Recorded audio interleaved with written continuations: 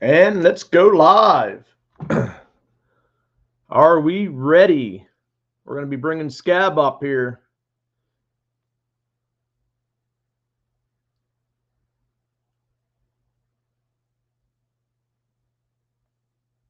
How's everyone doing this evening? We got 5 in the house. I'm trying to get my YouTube side going up here. I will have to turn it down for sure. And of course, for some reason, my StreamYard side is on a big time delay. LTO's in the house. We got Jeremy Albritton. We got Jeep Fam Overland. Of course, we have Scab 76 in here. Off the hook's going to get a shower. We don't want anybody in here that's going to be stinking up the place. Brandon Outdoor, Derek Russell, how you doing? There's Monica coming in. How we doing, Monica? Great time over at old Roland's live tonight. I, of course, was listening while doing a few things around the house. Steve from Wyoming's in the house. There's Tom Kellich. He was just live from the new place.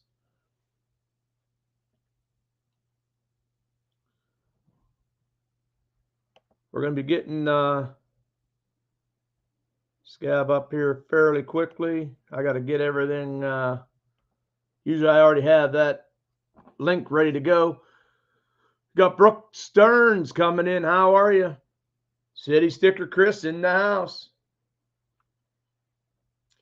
We got 12 in here right now. Let's get this shared out. Let's get ready to have a good time. We're going to be talking trapping for sure.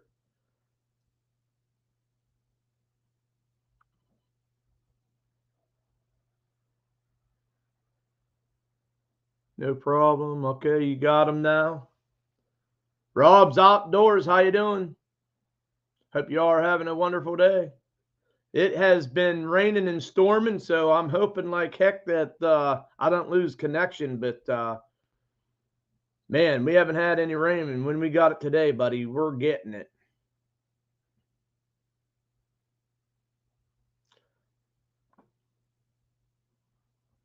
Okay, Jeep fam. I knew her name was Brooke. I did not know the last name. Well, good evening, Brooke.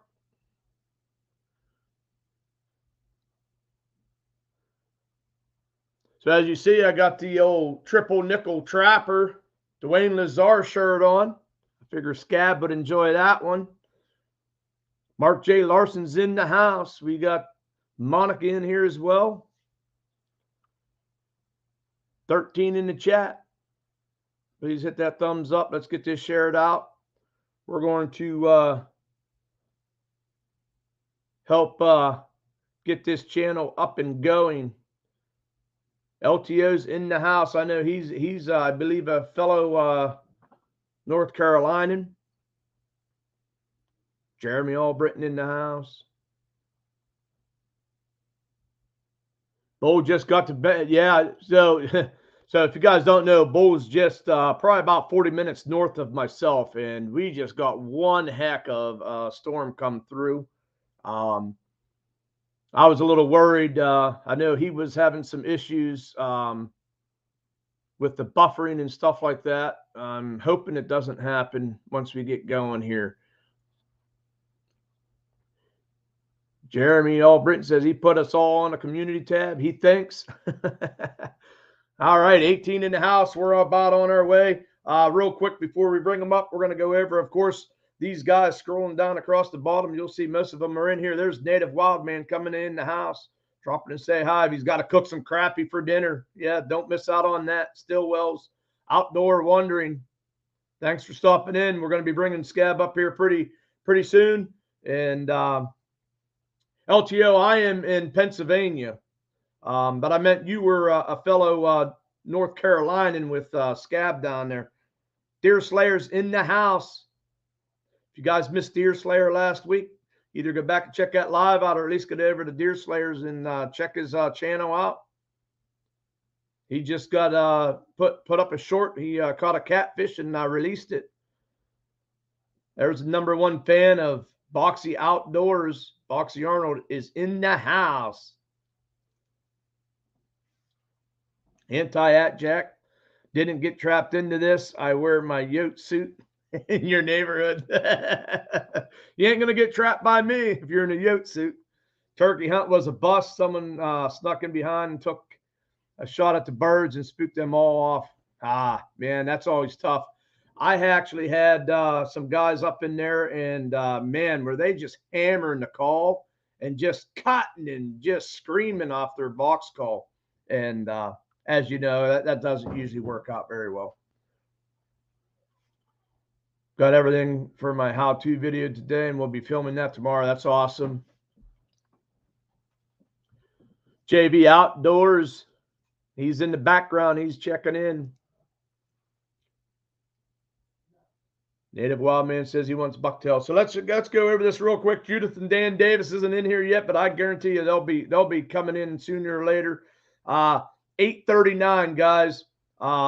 Slow moving. They are moving in the right direction. Let's get them shared out. Pick one of their videos and share it out. If you don't have them and you're in here, go over and check out Judith and Dan Davis. You want to talk about anything trapping, they have the advice. Get over there, check out their channel. And if you got a bird out behind the barn, that's awesome, Bull. We got Tom Kellich, Everything Outdoors. He's over here in the chat, guys. Look him up. He's at 740. Be great to see him hit that 750. We got City Sticker Chris. He's in the house as well. He's in the chat, guys. He's at 722. Let's get him to that 7. Let's go 730. I think we can get 8 people in here to get over there and check out City Sticker Chris. Coastal Fever TV's at 577. Bluegrass Trapping, 808. We got Owls Outdoor. He's at 597. And nice to see him get to 600, right? That's only 3 away, guys. Jeremy Allbritton's at 584. He's real close to that 600 mark, guys. And then Parabellum Fishing's 349.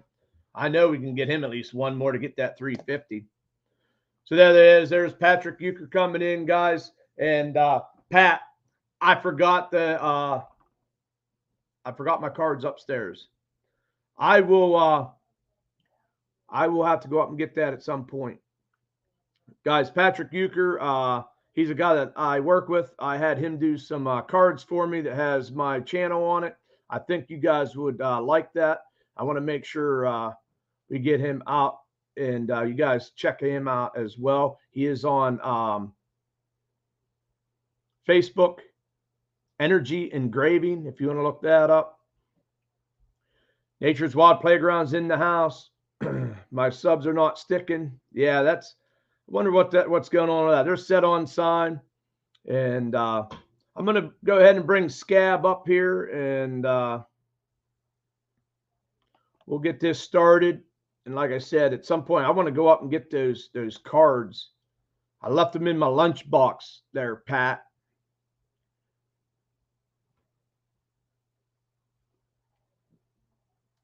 Small water charters in the house. Ramsey Country coming in. How's it going down there in southern Ohio? Did you get any birds in your sight? There's Ottercat coming in the house. How's it going?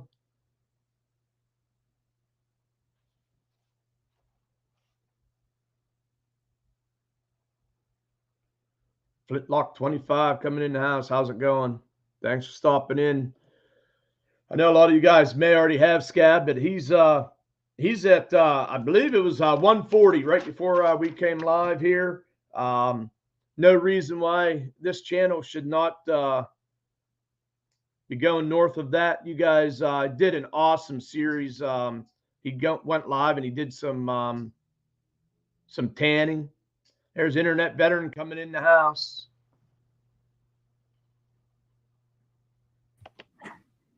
And there he is. Looking all dolled up for me. Oh, hold on. You forgot to remind me. What? I got all the curlers in them look good for Boxy. Oh. I knew you had something up your sleeves there. I'm glad I left you go for what? At least a good help you with that? 10 minutes. Yeah. Survival LT in the house. These things are horrible. Maybe you had the cap locks on. Just gotta take them out, right? I did put the good shirt on though. Got the good shirt. You see the shirt I got on? Triple nickel, yes sir. Everybody's laughing at you. Oh, got to turn the comments on, don't I? There we go. Hooks and hammocks. That's why I was going to ask if you were able to see the comments. Yeah. Hooks and hammocks in the house. Thanks for stopping in. Jeep Fam Overland. I was just talking, of course, about your lives that you did going tanning some skins and stuff like that. Definitely a good year for someone to do that, you know, with everybody possibly tanning their hides instead of selling them out. Yeah, that's one of the main reasons why I did it. Figured that it'd be a lot more profitable or more enjoyable for folks. Mm-hmm. We got the Edwards family farmstead in here. Dee's, she's in the house. We got Survival LT. Anti wants to know, is that the Carol Burnett look or the Vicki Lawrence look? I was trying for Vicki Lawrence, but I didn't have a hairnet. LTO says the curly hair. He's laughing. Bo Daniels, he's thinking you might be identifying they're on the wrong side. Well, I told you to be careful with that red stag. I didn't want you to drop it. Yeah. Small Water Charter says that dang long hair. I know. One of these days I'll trim it down. Yeah, Anti, he followed that right up. I knew what he was thinking. Although it's kind of hard to figure out what Anti's thinking at times. He comes in. Anti's anti. He comes in sideways sometimes. Yes, Monica, I will. I apologize. Dang hippies. Well, it was either going to be curlers or it was going to be pigtails. Either that. I was wondering what you were going to be up to. I figure you would definitely make it interesting right off the. It's not right fun off the unless bat. you make it fun, Boxy. Yeah, I mean that's what it's all about, right? Having fun. Internet veteran coming in. Thank you, sir. I really appreciate that. Keep up the great content. And man, I tell you, internet, it's not very hard when you got people out there that's just trying to share their passion. You know, bring them up and get to talk with them. Of course, we got another trapper up here this week, so it's going to get. I think it's going to be an interesting live for sure. I told you, AutoCAD, Mando or not at all. Thanks, Mark. Vicki Lawrence, Survival LT, how's it going? Yeah, he does look awesome, doesn't he, Monica? He got himself all showered up. He was making himself look good. I know. I dropped about 2 shades. It's hilarious. Nice effort for the renowned Boxy Outdoor Showcase. Yeah, definitely always got to look better than the host. Got to look better than the host. Okay. LTO wants to look at that. Yeah, let's get started right now. Check it out.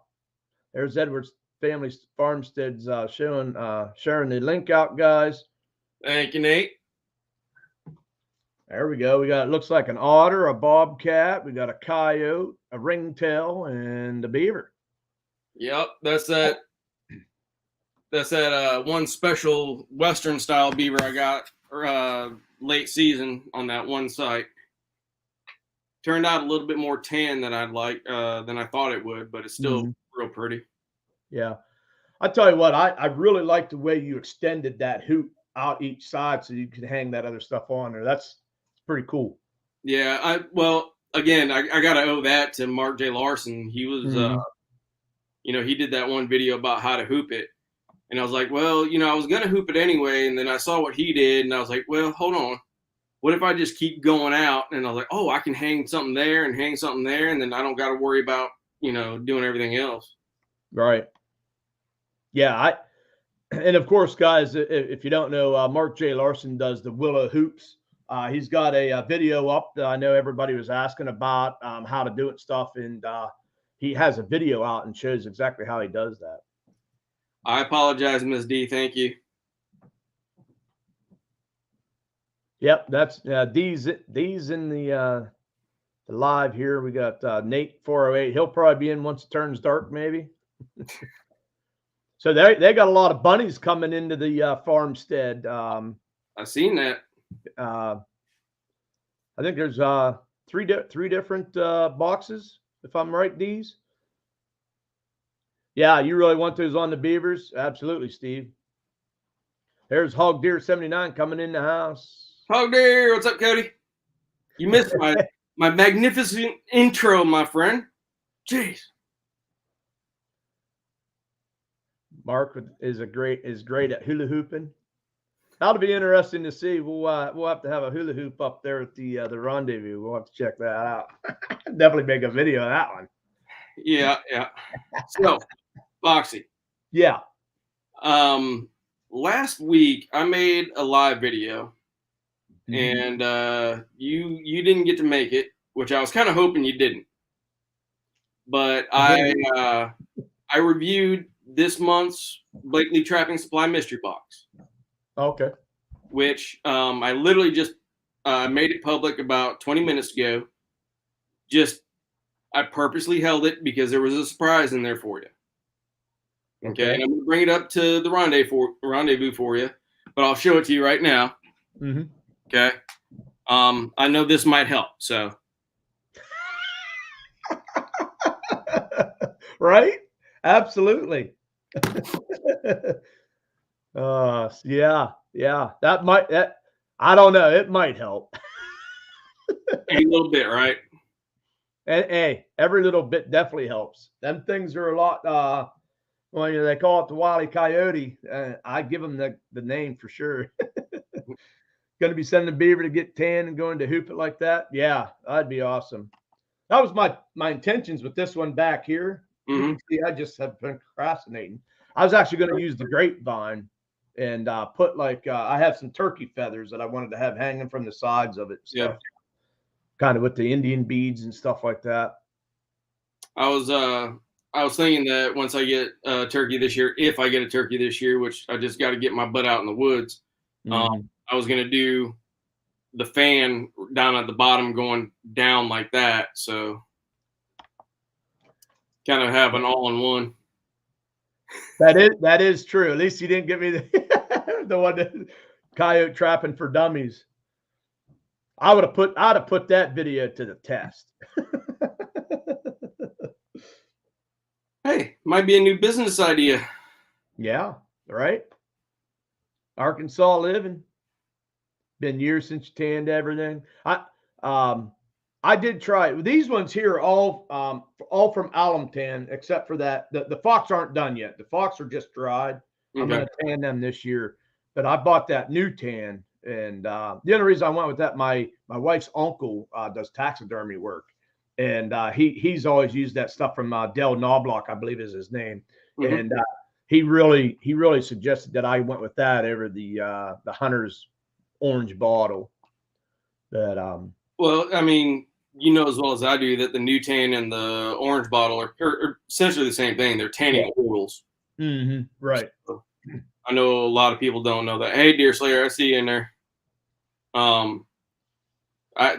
Like I said, I got my hands on the Riddles tan kit out of Taxidermy Art Supply.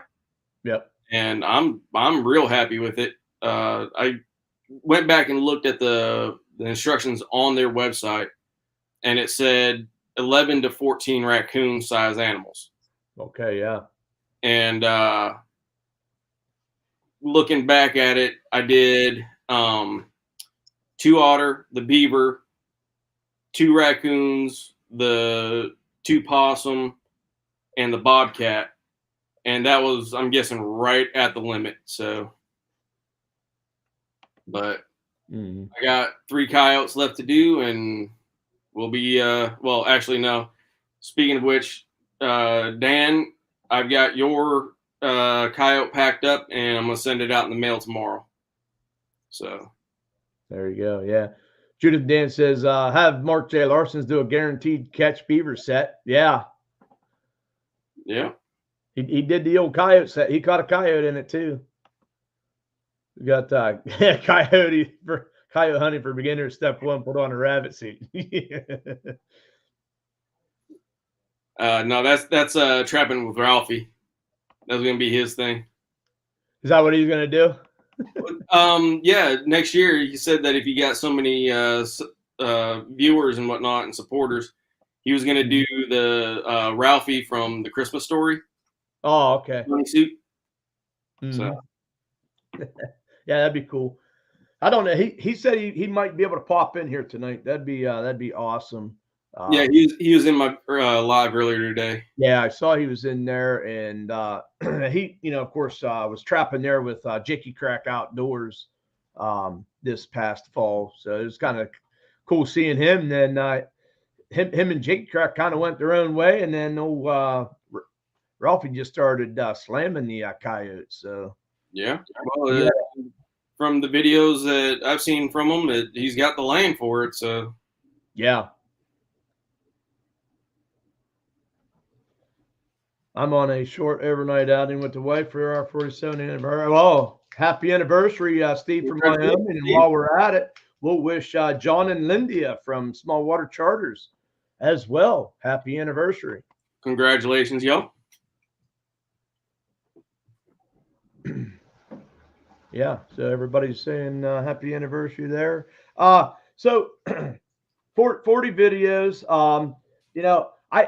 I'll be honest with you. I was not going to bring it up, and it hasn't been brought up yet, but I know it's probably going to come up. So let's just talk about it. Let's get it out of the way, and hopefully nobody comes in later and asks about it. But so as you guys know, trapping on public land at times can be very frustrating, especially when you got people messing around with your sets and stuff like that. As you guys all, if you've watched, we had some issues with some guys messing with your traps, using the Sawzall. You caught the one, and I know everybody has been asking, what transpired with that. So I'm going to let you at least talk about that, and then we'll get the negativity out of here, and we'll. It's not negative. It's positive that I caught them all on camera. Yeah. It's negative that the one, pardon my language, retard had to go and cut my trap out of the ground for no reason. Right. But that's okay. He's got his own coming. Dad, you should never apologize for calling people what they are. Sorry, my daughter's sitting here listening in. Yep. So the one guy, obviously I confronted him. I got that video up there. And yeah. I have to admit, I was probably more confrontational than I should have been. I was, I almost wanted him to take the first swing just because that's the way I am. Yeah. So what happened with that is immediately I called the law. Luckily enough, one of the sheriff's deputies that had showed up to my house about 2 weeks previously for another incident of somebody being on my property that shouldn't have been there. Which, funny enough, I ran into that idiot today too, and he had an ankle bracelet on and recognized me. But one of those deputies showed up and took the report. Yes, the same daughter, Dan, the same one that fell in the swamp. Oh my God. After 5 and off the hook. That's what she's going to be known for. Probably. Even though she's got her own channel and she does artistry and stuff. So, well, animation, I should say. Nice. Keep it up on that channel. I've started a new one. Anyway, so he came, he took the report, and I gave him the license plate. He pulled it up right then and there, and come to find out that he only lived maybe about 5 miles from where we were at, just in a little town right outside of those game lands. Gotcha. Gave him a bullcrap story, pretty much. Oh, I didn't know. Blah, blah. Oh, the other guy has it. I don't know who the other guy was. So the deputy called me back, told me the story, and he's like, I don't really swamp rabbit. That's gonna be your new name. Stop. So he's like, look, I don't believe him, but I can't prove it. This is more for, wildlife enforcement. I said, all right. So I had already texted the wardens and everybody and let them know that, hey, this is what's happening. I already called the law. The deputy's on his way. If I have a new name, it's gonna be Gertrude, okay? They're like, okay. They call me back. Did this, did that. But unfortunately, it took the two wardens, the rookie warden and the little bit more senior warden, about 2 weeks to go visit the guy. And I'm sure by then he had, gotten with his buddy and got his story straight and everything else and yada, yada, yada. And said, the end up story was that he had got his dog caught, freaked out, dog was biting him. Mm-hmm. So he ran back and he was going to call a friend from the exact same neighborhood that this guy ended up showing up from. But he was already there in the parking area. A white truck, didn't know what kind, blah, blah, blah.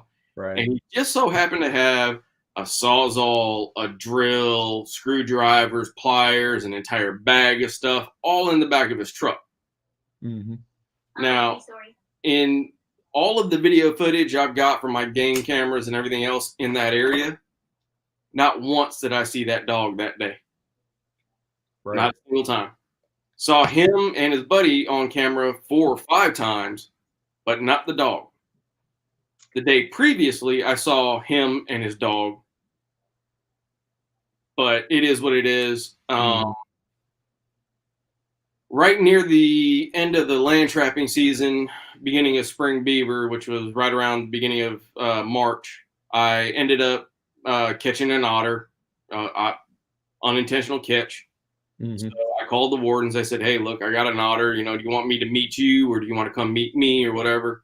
And the section sergeant happened to come out, who I know. I've dealt with him before. And he sat there and we met in the parking lot near my trapping area. And we were talking. And he was like, so what actually happened with that? And I told him the story. And he's like, wow, they didn't fill me in all that depth. I'm like, well, yeah, I know. And he goes, well, I'll tell you what, if you find these guys, go ahead, get their license plate number and text it directly to me and I'll go with it. And I was like, all right, no problem. So That's cool. Yeah. Yeah. So right now they, nothing's been done, but hopefully they are keeping an eye on them. And if you can get the license plate, it'd be nice to see if they put a little bit of heat on the guys. Yeah. Well, one older gentleman, a problem anyhow. The one older gentleman that was there, I've seen on the road a couple times, right. But I can't get it so that I can get his license plate when I see him. But whenever I get a chance, I'm gonna be setting up on him and stalking him just like I did with the other guy. Right. So I don't give up very easily.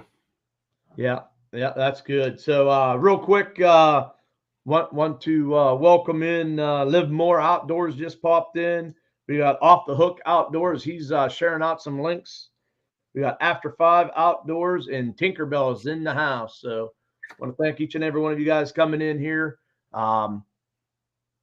So I watched one of your, I think it might have even been the very first video about a year ago that you had posted. Now, you mentioned 3 very good trapping channels, and I'm assuming because they're, of course, north of the border, you were showing them basically what it's like to trap down here, down there in North Carolina. Yeah.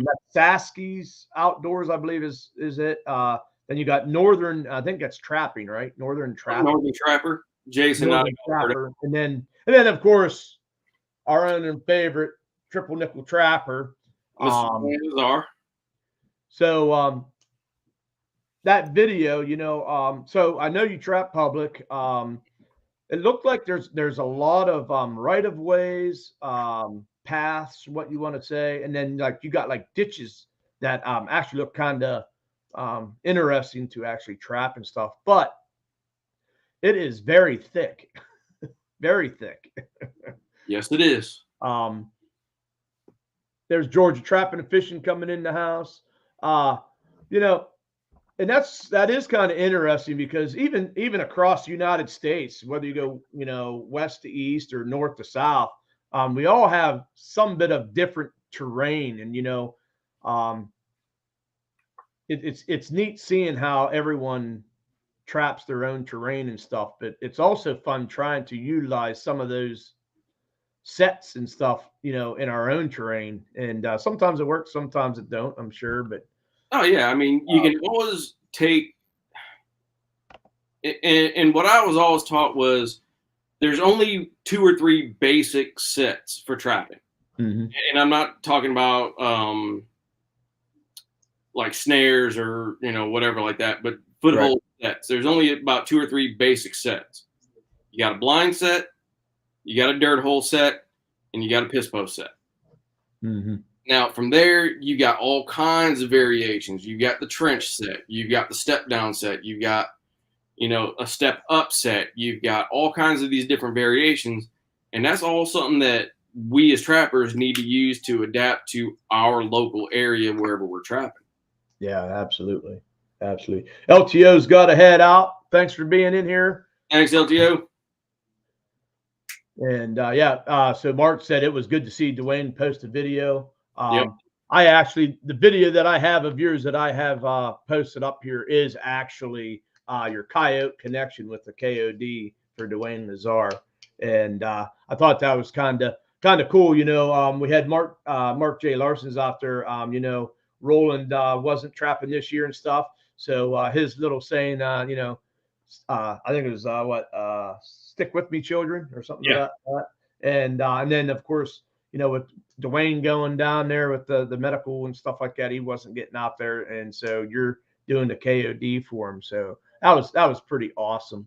We'll watch that here in a little bit, but interesting seeing the terrain in the southeast. Yeah, and that's kind of where you're kind of. I would say North Carolina would be what, southeast? It's all considered Southeast Atlantic. But yeah, I've been down into Georgia and South Carolina and everything else, and it's really unique terrain. The hay set, pipe dream, they're all variations, but it's real unique terrain in that if you've seen in some of the videos, you can be walking, everything's good, and then all of a sudden you come up to a wall and it's nothing. You can't even see past that. So the areas I do trap in, since they are public game lands, they'll normally have cuts, like trails cut in so that you can walk down. You can't drive down them. Right. But they're almost like shooting lanes. And Iowa Trappers in the house. How's it going? Iowa, man, you missed my entry. You did miss the entry. You're gonna have to scan back to the beginning when Skab comes in. It went great. Once you get this public, Boxy, I'll go back and I'll clip that part and I'll put it on my channel. Okay. Your intro. One thing that would have made it better would have been Iowa Trapper's pink T-shirt that he has. Oh. That would have been awesome. Awesome shirt to go with that getup you had. Yeah, either that or eating tacos, one of the two. Yeah. Oh, gee. G-Chapter, how you doing? Sorry, I love poking the bear. It's just a lot of fun. Yeah, no, that's fun. G-Trapper's in the house. How you doing? Thanks for coming in. We got 29 in the house, guys. Share this out. Let's get some people over here. Let's help Skab 76. Boy, it'd be nice to see you get over that 150 mark. So you've been really, I'm sure you've been trapping longer than you've been posting videos, but your channel really, it looked like you've been posting for about a year now. I think that was the very first video that I talked about. You were kind of showing your terrain and stuff. With the public land, I noticed you probably have a lot of footwork there going there. Walking back in a lot of those lanes and stuff. I've come down to an area specifically in which in the video that you're going to pull up, that's really my only walking sets that I've got to walk to. And it's a fairly new area on that game lands that it's about a half-mile walk in, half-mile walk out. So I try to keep it as easy as I can because for anyone who doesn't know, let me answer that real quick, Flintlock. Right now, our most abundant species of trap is otter. They are everywhere around here. Wow, that's cool. Yeah, yeah. Just this year on that one little ditch inside the game lands that I have my landline set up, I got 3 otter just out of that one little ditch. Mm-hmm. So they're everywhere. But is that the one where it went down? It went into the pipe that. Yeah. The cross pipe across that goes across the road. Mm-hmm. I actually caught an otter in it. I didn't know. I thought somebody stole the trap. It was in a 220. And the otter had actually taken the trap and gone halfway up into the tube. And I found it about a day and a half later, and it was still fine. But right, yeah, it's amazing. So I caught a couple, beaver in a 330 this year, and I always want. I'm like, you got the sticks down. You got a stick down through there. You got a swivel stick, and I'm thinking, that beaver going. I mean, do you really got to tie this thing off? I found out why you had to tie him off. I mean, I caught that 55-pound beaver, and he had it completely all the way stretched out down the thing. And I was like, holy smokes! Last season, I caught a 60-pound beaver on a drowner set on a crossover, and it literally it went down. It was in the ditch. Took it. Pump jacked the stake out completely, flipped the entire drowner over, and pulled it probably about 20 feet up the ditch, and ended up getting snagged on something and drowned in about 8 foot of water. Yeah. And it took me about a week in order to find it. And ever since then is why I carry just a Craftsman tool magnet on the end of a rope in the back of the Jeep, and I'll toss it out if you can't find it. That's a good idea. Yeah. 50 Trapper coming in the house. He's been listening, say we bait for the thief and teach him a lesson. Hi, y'all. Not very often will I trap on public land, sick of dealing with others that have no respect. Yeah, it's tough. There's Billingsley Brand Trapping Lures in the house. How you doing? Welcome aboard, Dale. 50. I understand and I agree what you're talking about that. But as I was starting to say before I answered Flintlock's question, a lot of people don't know I'm a veteran. I served in the United States Marine Corps from 2003 to 2011. I have some service-connected disabilities, so I try to keep my trapping as close to the road so I don't have to, hump a 30-pound coyote for a mile out. Right. But with that being said, one of the main reasons I started filming and putting it on YouTube was to let other veterans and active duty military members know what is available around them. 25 miles away from my house is a Marine Corps Air Base. I served there. I should know it. And there's a lot of Marines out there that, they trapped when they were younger or when they're at home, and they don't know what's available to them out here.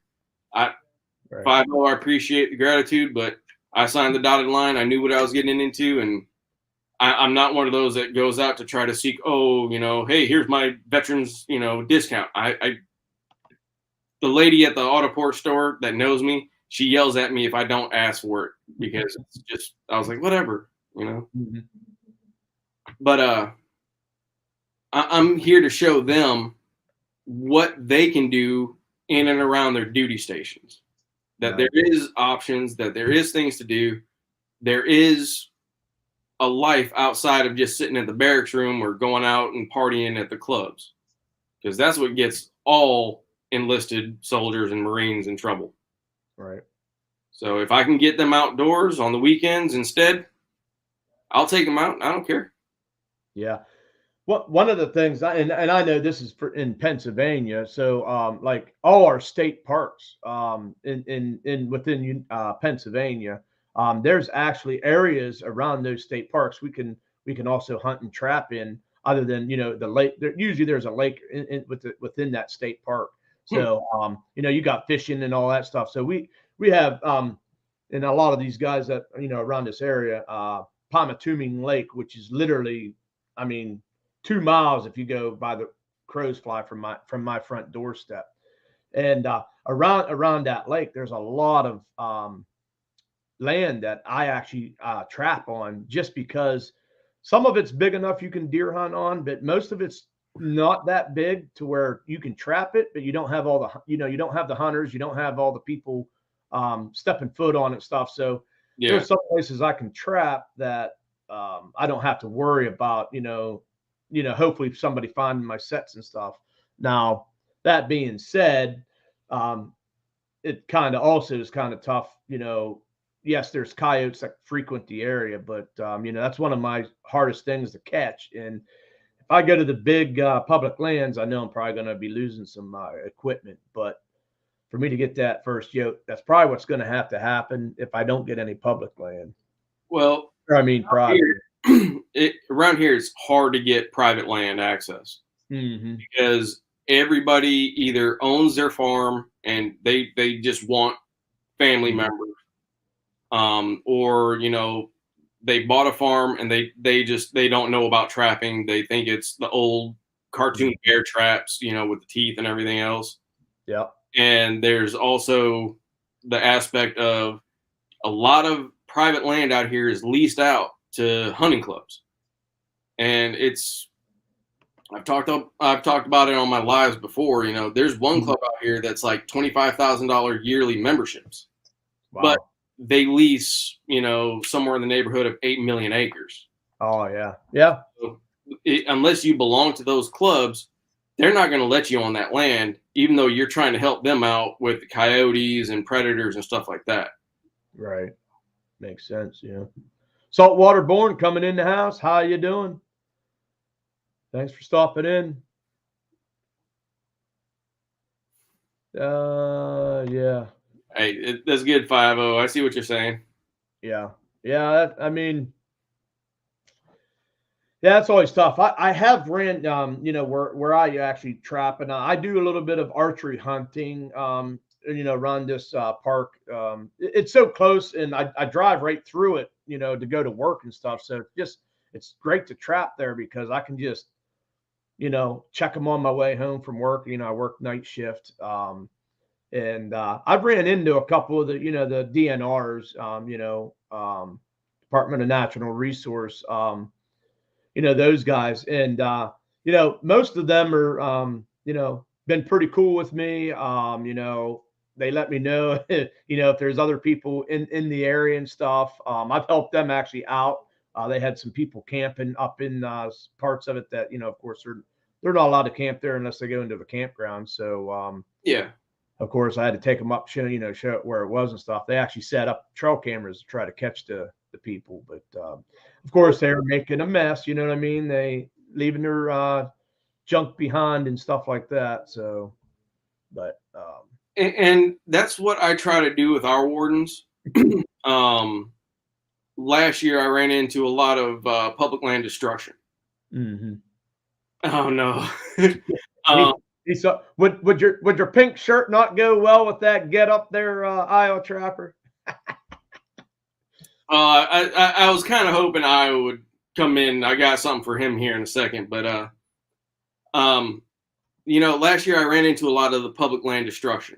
Folks going out on there and tearing it up. I got the one video of the guy that I busted off-roading, and all those videos and all that kind of stuff. Since I'm out there every day, I let the wardens know. I say, understand that there's only 2 wardens for the entire county. Yeah, I understand that. We've got, let's see, 9 different game lands, a total of over 200,000 acres of public game lands that they've got to patrol, plus the private land. So I know they got a tough job, and I'll help them as much as possible. But I think there's one warden, he's not too keen on trapping, and he don't like me too much. Mm-hmm. Whatever. Yeah.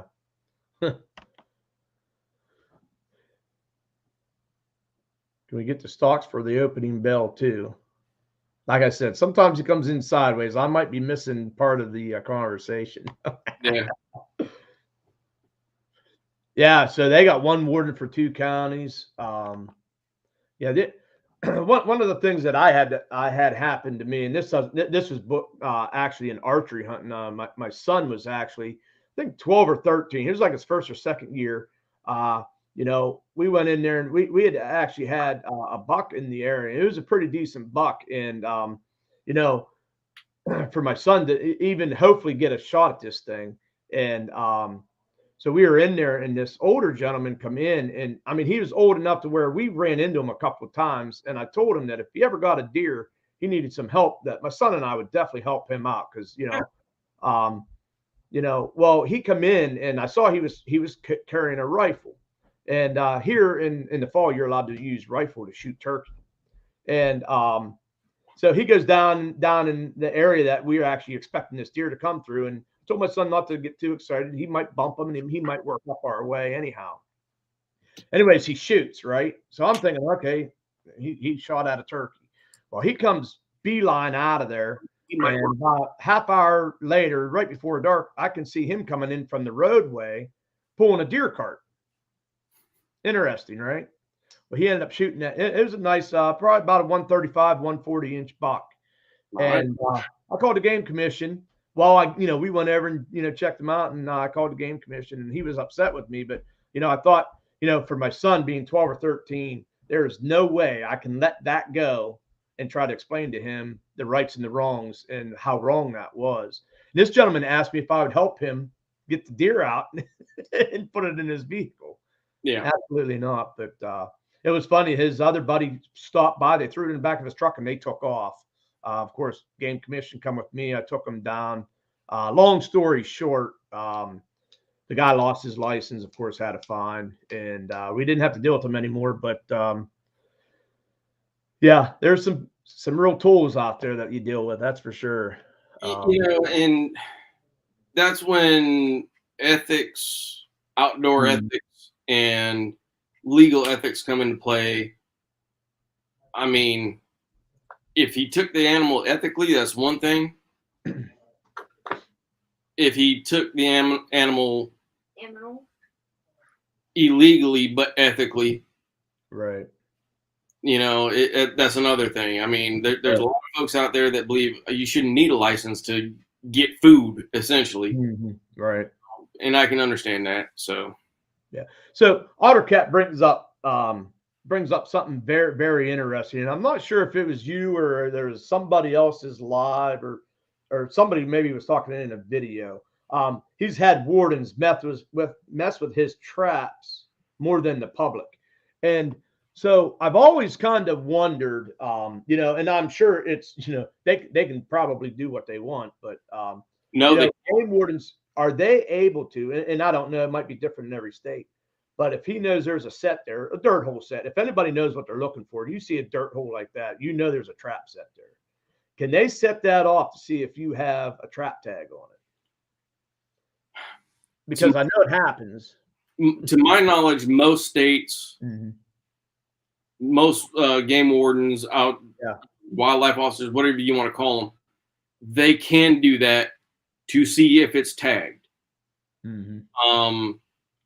However, there comes into a question of if they already know that there's a trap there and they know that it's somebody's trap, then are they really allowed to disturb the set? And it goes back and forth, but I'm pretty sure that most states, if the law comes into play, the law is always going to be right. Right. Yeah. I mean, I get it. They got to do their job, and I get it. I've actually had very, very good, I guess run-ins. I'm usually as legal as I can be. Never had any real issues. I don't like when they walk up on you and you're in the middle of a hunt, but it is what it is. I know they got to do their job, but I think there's some of them that go a little bit beyond. And I see Off the Hook says he had a warden up in Knox area. He tried to say that his gun was loaded on a quad. He didn't, but he wanted him to write it. He was going to write him a ticket and ask him for the pen. That's a good one. Yeah, I'm like, nope, no pen here. What's that? I had flat out told him whether I had a pen or not. I'm like, nope, don't have a pen. You're out of luck there, bub. No pen here. I asked Game Warden a trapping question. He said, I didn't even know people still trapped. So no problem being harassed by our wardens. Well, that's good. Yeah. So my DNR, that's what's nice about the guys that I deal with there. They'll actually stop. They'll see me parked there. They'll sit there and they'll wait for me to come out and stuff. And they'll ask me what I'm doing and stuff or how I'm doing. And then they'll tell me, hey, we saw some mink run across the road up here, or hey, we were cleaning out this culvert and there's a whole bunch, whatever. So that's kind of nice. And then they do that with me archery season too. Hey, we've been seeing a lot of deer up at the north end. There he is, Mr. Dwayne Lazar. Foxy's wearing a shirt, Bubba.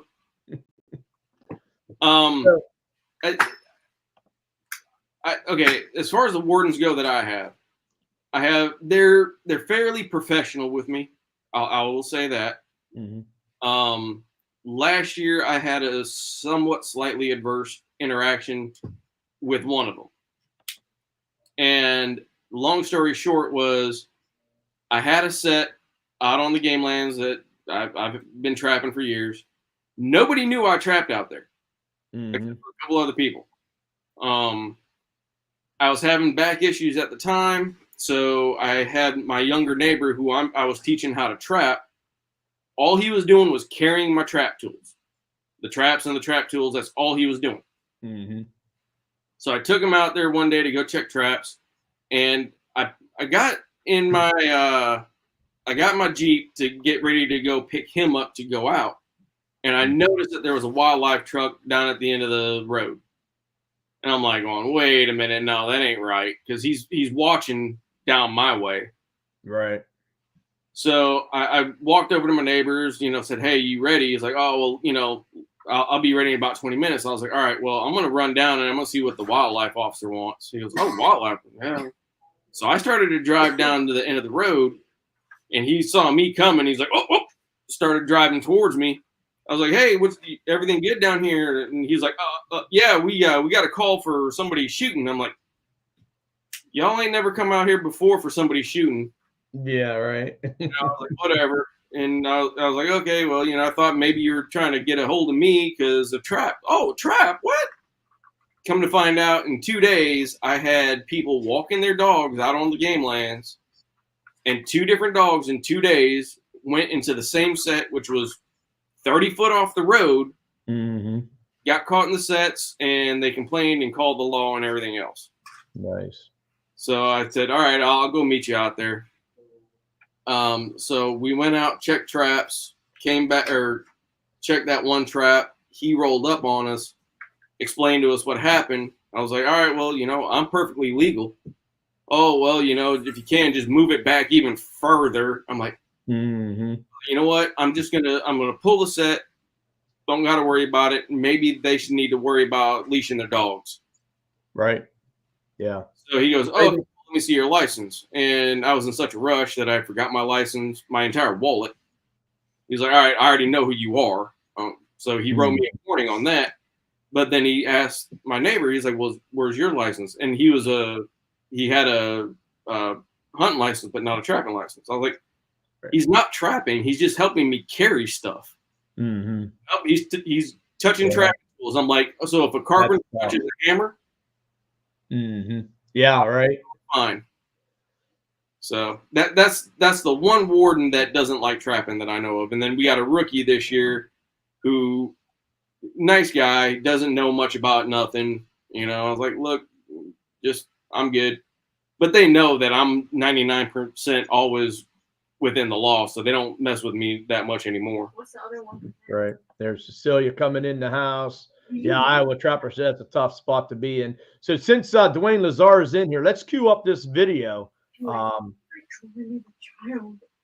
that I have on here. Let me share the screen. I'm probably going to have to get my headphones on because I'll probably get an echo.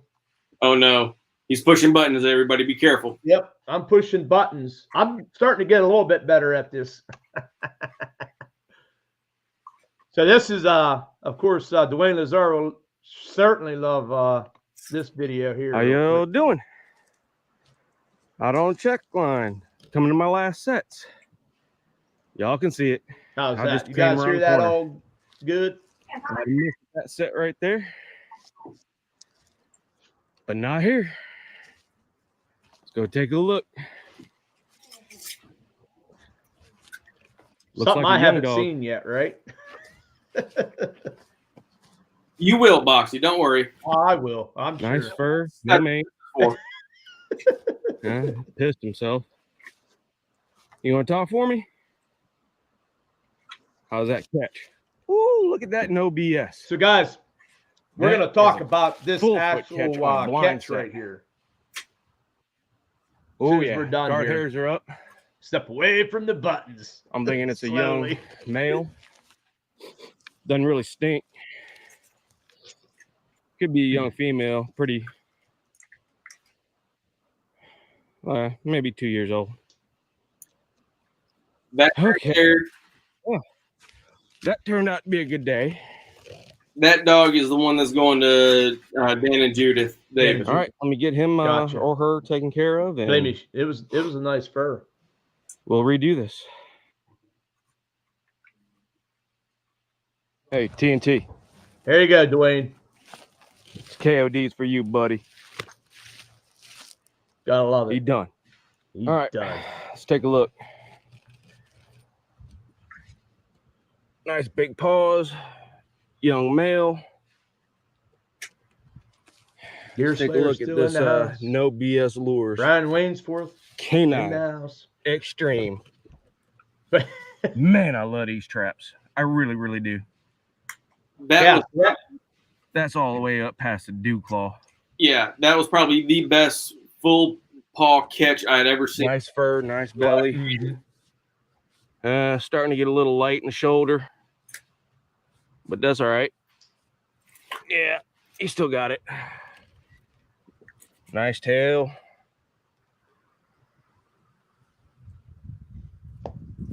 All right. Well, I still got 1, 2 more traps to check, and I'll turn you on if we got something else. Catch y'all later. Okay, so that took a little bit longer than I anticipated. I forgot all my set making tools That's always fun. and had to go back, carried that dog back with me, and Why don't you go away? didn't have my ropes or anything else. So anyway, so that's the remake on this one. That was kind of like a of a blind walkthrough set, scent post. kind of like a walkthrough, correct?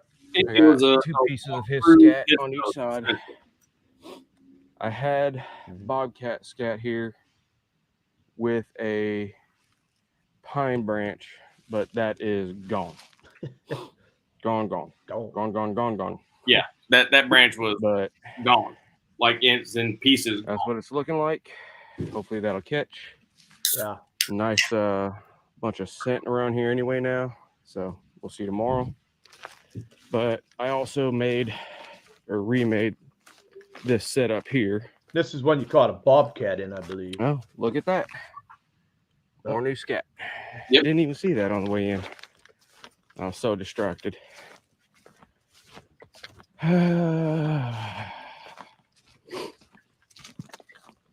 Oh, and by the way, it's about 73 degrees right now, and it's starting to cool down. 73. Lesson for all them young trappers: even if it's going to be a walk, bring basic tools and bring at least a couple extra shells. So there's the set right there. Put some of his scat right there. Should have some good eye appeal. This is where I caught that bobcat earlier. So Nice. all right, well, y'all have a great day. and I'll get this posted as soon as I can.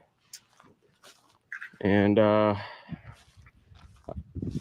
yeah, have a great day, y'all. So there you have it. There's the old KOD for Dwayne. Uh-oh, Boxy's missing. Just fooling with you. Hey, look, watch this. Uh-oh, where'd I go? No, yeah, that last set that I showed in that video, about 4 days before that is when I caught, there you go, that bobcat in that set. And I had it set off a couple times since then, but pretty much the only thing that was messing with it was possum.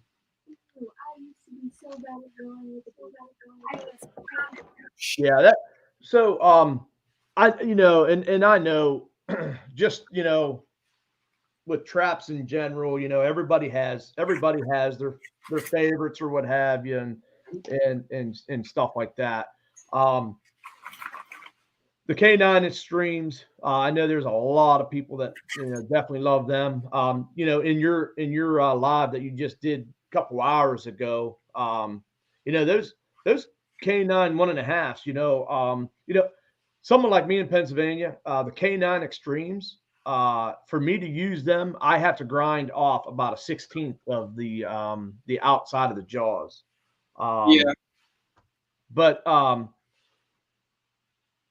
those things, as far as the size of the trap, I think a lot of states that have regulations on the, I don't believe the size of the trap is what hurts the animal.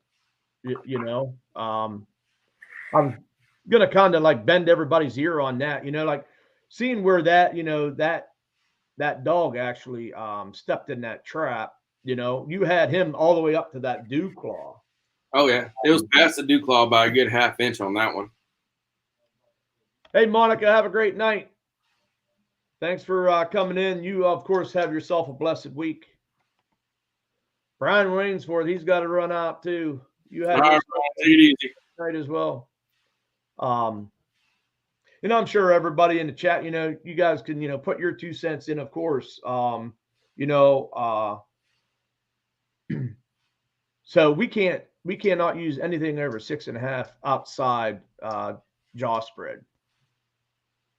So this is my theory on it, and it goes back to that 1.5 that I did the live on earlier today.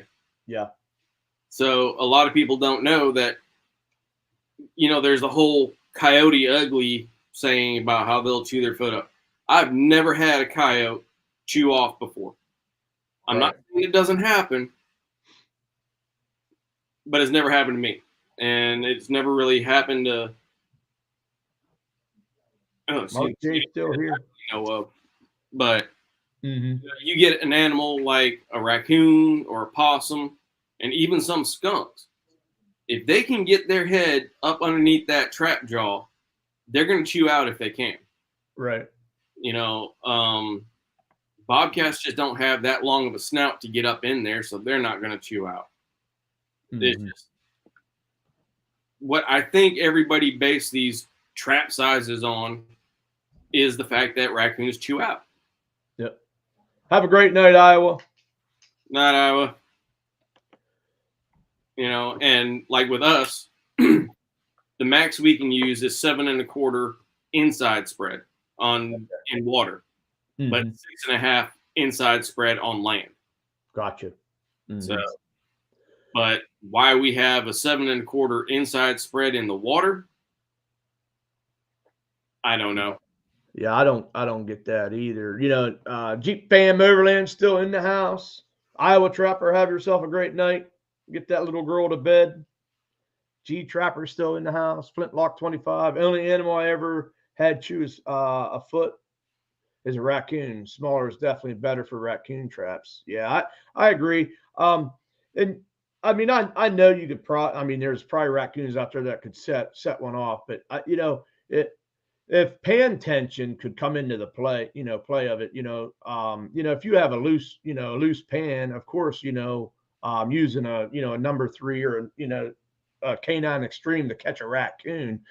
But I don't believe that, you're intentionally setting to go after a raccoon. So you're probably going to have some higher pan tension. Believe it or not, I set ultra light tension on everything.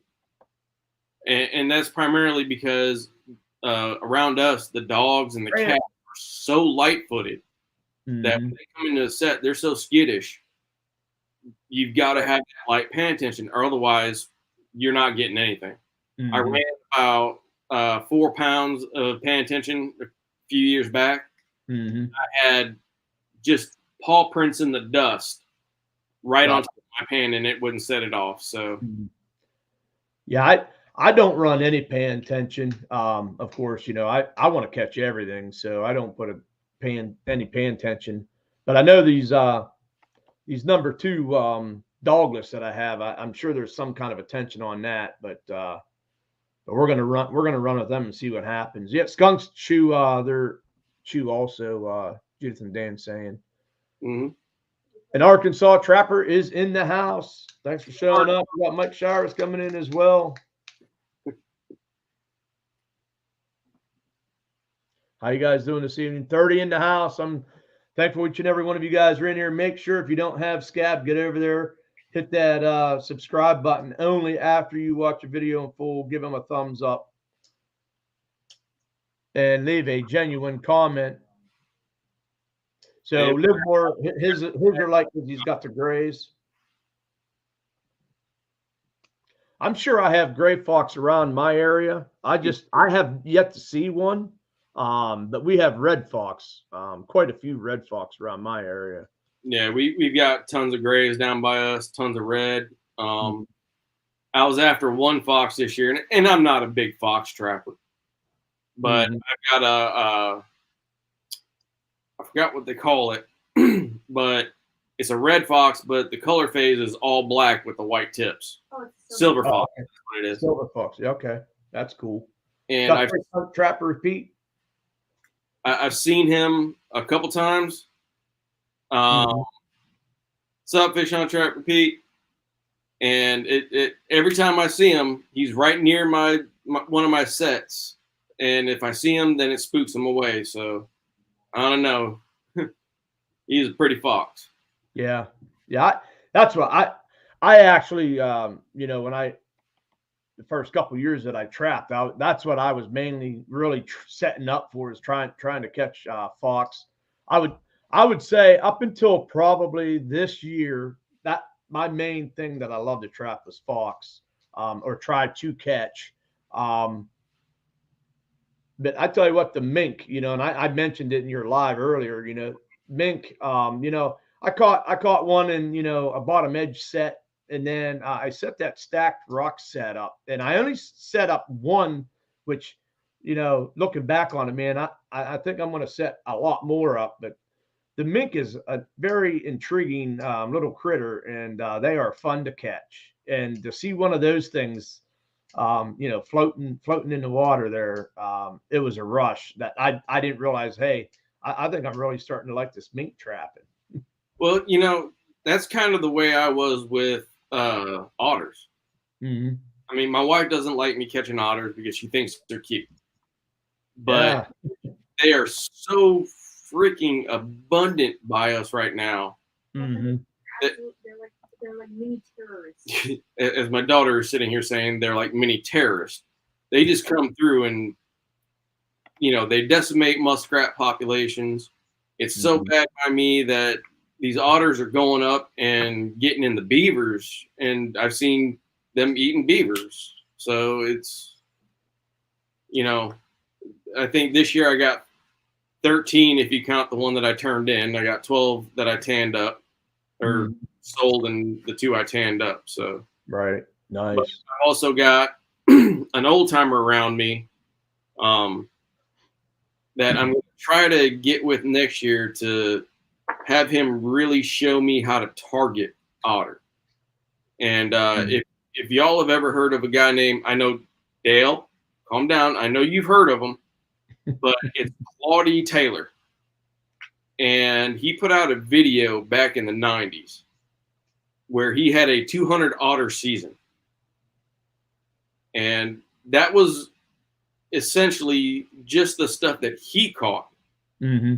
But he ended up going out towards Raleigh, out by LTO in that area, and set a couple of his friends' lines for them because they weren't able to, and Right. caught 70 plus otter out there on those sets. No, Flintlock, we do not have otter quotas here. We can catch as many as we'd like. Oh, okay. And as of last year, we would have to pay a $3 or $2.75 processing fee for the CITES tags. But starting this next season, they are free. Gotcha. Yeah. So real quick, Michael English says spring beaver trapping with castor mines, raccoon love it. They're not, of course, a target, so the trap tension might be a factor. Probably trap size. Usually mine's on grounder, so they're going to probably be dead anyways. Yeah. They're not going to be able to chew their foot out. I don't know if that's what Michael is going after there, but I do know by the time water's open to do castor mounds in the springtime, our raccoon is out. So that would be something that I would have to then turn into the game wardens as far as an incidental. But they do love the castor mounds. That is for sure. I've had deer go up into the castor mounds and stomp them out. Oh, yeah. So, but where I trap for beaver in the springtime on drowner sets, it's almost sheer down in a ditch. So I don't got to worry about a raccoon trying to skirt along that edge and get my trap set. He's going to be above the water line. Yeah. We got Roland in the house, Mountain Bushcraft Alliance. Yes, sir. Awesome Sunday lives he does, guys. You want to hear some great music, good times in the Shine Shed. I'm going to tell Claudi you called him another scoundrel. Boy, I tell you what, Roland, you should have saw the get up Skab had coming in the house. The beard definitely could go into some rollers. I'm sure about that. Had a deer about stitch his head in a 220 box in a game on the game camera. Probably stick his head in the. Yeah, that would have been interesting. I've heard of deer like sniffing out the trigger on 330s and getting their nose broke from them. I've never seen one though. Yeah, and I'm sure that's pretty unfortunate.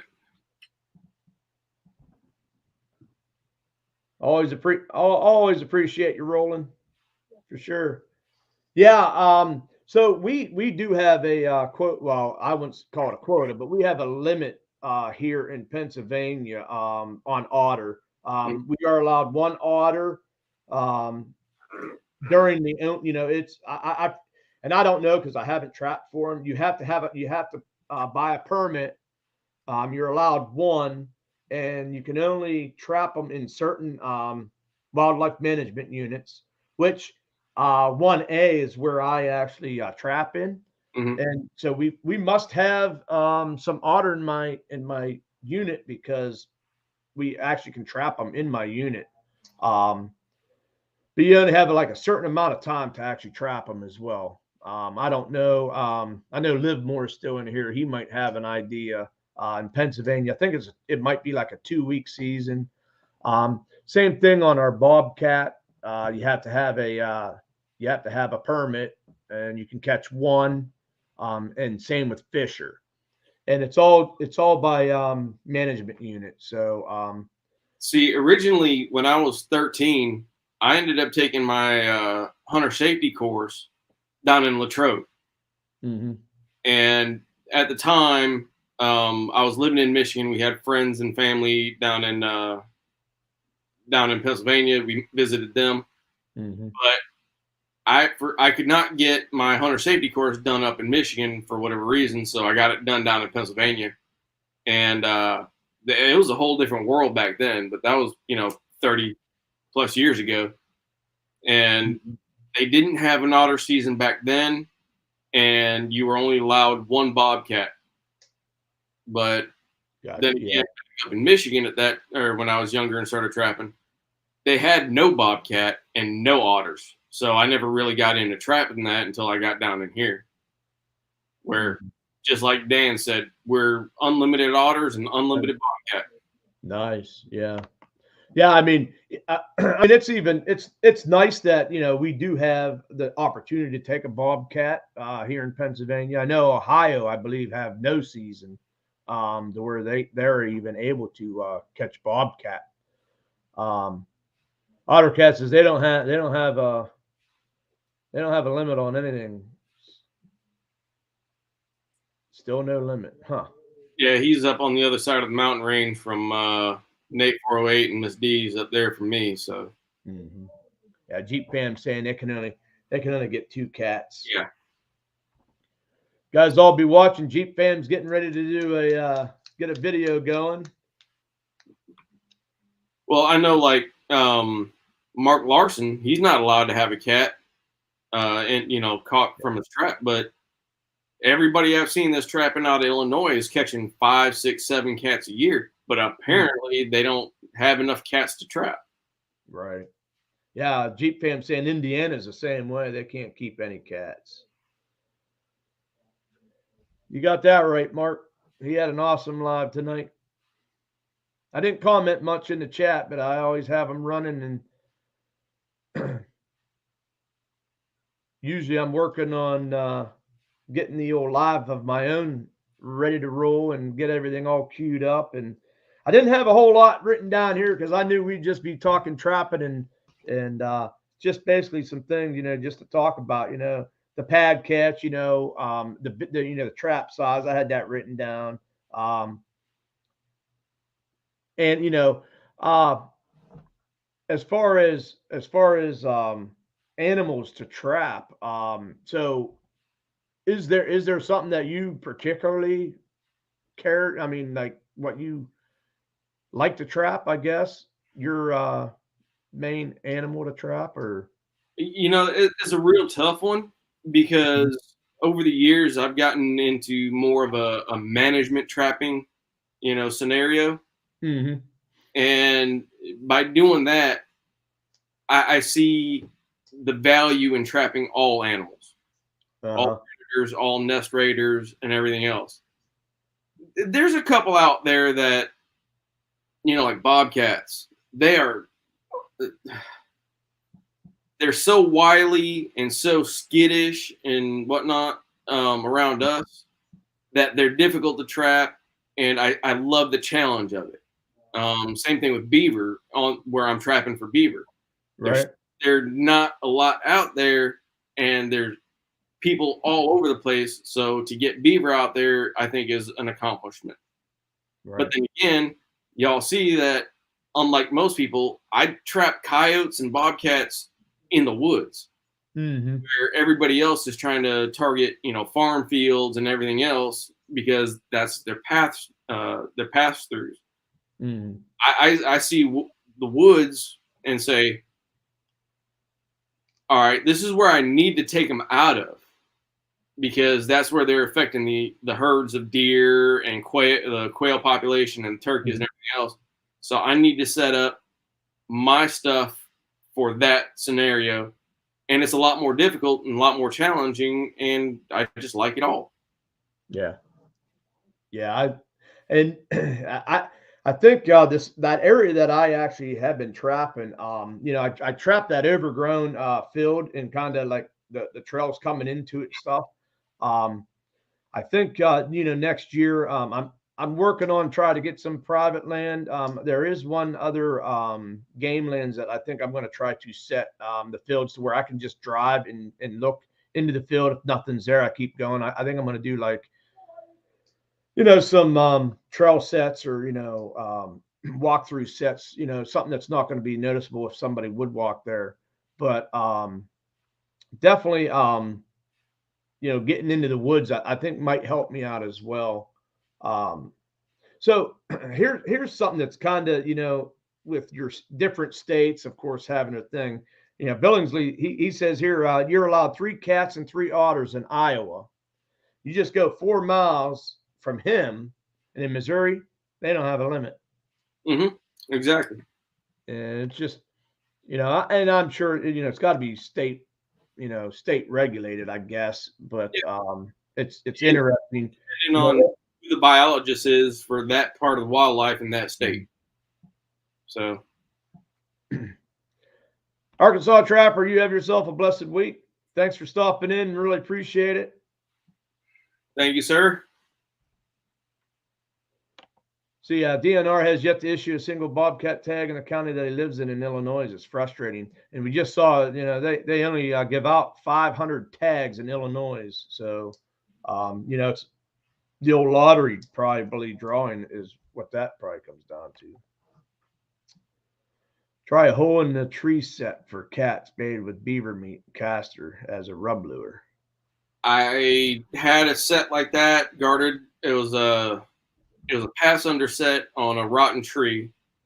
Set it up as a cubby, and I had the beaver meat underneath the tree, and everything was blocked off on both sides with 220s coming in. And the only thing that touched it was a couple of possums came in and tried to scratch at the top of the trap through the tree. But yeah, the cubby sets are something that I put out every now and then. And they're fun. They're just not always productive for me. Yeah. So another animal here in Pennsylvania that you have to have a permit for is the fisher. Another thing, I have yet to trap for anything that we need a permit for, and I may, especially if I can locate them, know an area that they're in. But I know just north of me, kind of up where Bull Daniels is at. I know there are a lot of fishers being seen up there, and the young man Nicholas Green Outdoors that I did a little trap line with him, and I met. And ran a trap line for 3 days together. He was fisher trapping this year. There's kind of another cubby set type thing that I think you'd probably set up just like you would for a bobcat for fisher, I imagine. I know my uncle up in Boyers, he was saying a few years ago that he was starting to see a lot more fisher and stuff like that out on his area. So.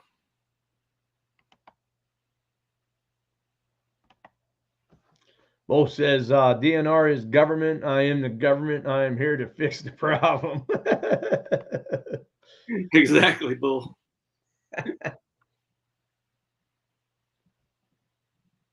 Yeah, I unfortunately live more of, turkey season comes in here this past Saturday. So I work midnight shift. So like I have Monday, I actually don't go out till Monday nights. So the plan was, of course, I hunt every Monday morning the whole season. And wouldn't you believe they put me on day turn this coming week? So I'm going to miss the first 4 days during the turkey season because by the time I get out of work, it's in the evening and we got to be out of the woods by noon. But live more. Have yourself a great week and good luck to you out there, man. Hope you strike up a thunder chicken. I know it's been thundering here. Dark Dirty Outdoors coming in the house. Jeremy Albritton, you've missed a lot. You're going to have to go back and watch this whole live all over again, starting with the way Skab come into the live. I think Jeremy was here for that. I think he was here for that. But yeah, so that's my luck. The week that they decide they want to take me to day turn, we got some IT people coming in from actually they're coming in from Minnesota, and I will be working with them on a new process that we want to implement. So nice. Yeah, I mean it's cool, but not when that's why I work at night. I can get off work, go out hunting until noon. I can come home, go to bed, get up, do it all over again. North Carolina, and yet state by state regulations are something we as trappers may need to raise our collective hands about. Um, Coyote whackers in the house. Are you out of work or you still at work? He got himself into a little bit of trouble, I think, last week. Oh, Kyle Wagger. Old coyote whacker, yeah. Nah, boy. Yeah, so so you talked about of course all the you basically got your three basic sets. Does it matter to you what set you put in, or do you just say, hey, I know I have animals coming in here and this is a set I'm going to put here because the terrain is best suits it, whether it be a walkthrough or a dirt hole or a step down, or their favorite one that you try to put in no matter what? It depends on the terrain. I mean, if I can just put in a straight dirt hole, I'll put in a straight dirt hole. If it's a tight spot that I know that they're coming through, but they're just coming through quick to pass through somewhere, I'll do just a walkthrough set or a piss post. There's that one set that I caught 2 coyotes. No, I caught 1 coyote and 2 cats on. And that set ended up starting off as just a normal dirt hole with tinsel as an attractant, and ended up being just a trench step down set after the 3rd animal that got caught, because just that's our terrain. Yeah. So oh no, gotta say, hooah. How's it going? This is for Justin and Jen Rasmussen, by the way. Just gonna throw this one out here. And Iowa. He's listening for Iowa, but he's gone, so I'm assuming they might be we're in the service, but not in the Marines. Is that what? Yeah, Justin was in the Army. The Army. Yeah. So I have that with my 2 children. One's in the Air Force, and the other one's Army National Guard. So you can imagine the jabbing I hear all the time. Well, I mean, it really should only be coming from one side, because the Air Force. I mean, come on, really? Yeah. So of course, that's my daughter, and she always goes with, well, she went smarter. She was smart. Yeah, it's a fallacy, but it happens. There's trapping with Ralphie's in the house. Ralphie. Yeah, I mean, I'm happy that they both were able to go through what and they're serving the country and stuff, and getting out of it what they need to get out of it. And I unfortunately was not able to because of medical reasons. So I had to go the college route, but my daughter's actually deployed right now in Africa, and nice. Djibouti. Yep, that's where she's at. All too well. Yeah, she says she's ready to come home. It's 11 o'clock in the morning. It's 110 degrees. She says it's time. Horn of Africa gets pretty nasty. Yeah. Catch any skunks in your canine sets? No, Flintlock. We do not have skunks here in Eastern North Carolina. We have essentially no closed season whatsoever on striped skunks because they are not native to our area. We do have spotted skunks, but again, they are still pretty rare and just not real common around me. Apparently, there's a cluster of them about 3 counties south of me. So, but there's only a few people that trap that area for skunks themselves. I want to take a minute real quick, and I want to thank all my mods that come in here every week and share out all these links. You guys are awesome. I know I very, very seldom acknowledge you guys, but I do want to know I appreciate it. I love you guys, and you guys do an awesome job. because I can't ever keep up with anything, and you guys sometimes keep me in line, and definitely get something out there in the chat if you want to get my attention for sure. But everyone in here that's sharing the links and stuff, I really appreciate that. Here's one. I really liked how Trapper Jay answered this in his live Saturday night. It was obviously a real young fellow that actually asked him for some, what would you give tips to like someone new? And his answer was, don't go for the hype, buy what you can buy, and basically go out there and have fun. Yep. And I wanted to make sure, when we're talking, I know we get a lot of young gentlemen in here, and I know LTO, I believe he's a younger fellow too. He's no longer in here. Brian Rainsforth is another young fella, Deer Slayer, and I think that was an awesome way, and I figure I was going to bring it up. We can talk about it. We can expand on that or whatever, but I agree with him fully on that. I talked to LTO, and I talked to Brian and his friend Brecken and Deerslayer.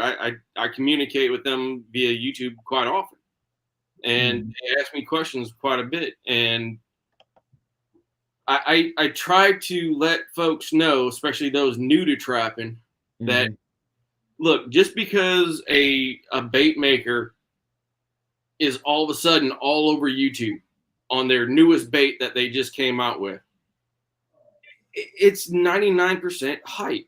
Don't get me wrong, it's not a bad bait or it's not a bad lure.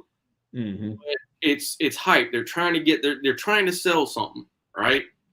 Right. So just, if you want to start as cheap as you can to make sure that you are going to stick with it. There's no reason to go out there and buy a $28 2-ounce jar of bait when you're going to use it once and figure out that you don't like getting up at 4:30 in the morning every day to go check a trap out when it's raining or 13 below zero with wind chill or whatever. Yeah. So Yep. Go ahead. Get to know people within the trapping community, whether it's here on YouTube or joining your state trapping association or the ITA or whoever. It's getting out there and meeting people. I know Deerslayer doesn't have a whole lot of folks out by him trying to, teach him how to do it. Same thing with PC Outdoors. And I've made myself open to both of them. Hey. Right. Oh, I'm about to dance. I forgot about the dress code. Now she's playing dress up with me. Sorry, my daughter's being silly. Okay. But I've opened up my channels to them, not just my YouTube channel, but channels of communication, saying, hey, ask me if you've got a question, ask me. If I don't know it, I know 30, 40 other people that might be able to answer it for you. I'm not perfect. Not everybody's perfect in the trapping world. You got folks that are real opinionated on a lot of things. So I always try to tell them, hey, keep an open mind. If something doesn't work, don't toss it away and don't knock it down. Adjust and try to make it work. Right. So yeah. Fish Hunt Trapper Pete said, keep it simple. Of course, Ottercat said his advice is to the young guys is to join an association, which you kind of hit on as well. The other one, Backwoods Barbarian, of course, is in the house. And he said, just be careful not going too cheap. Sometimes that can run you into a bad experience.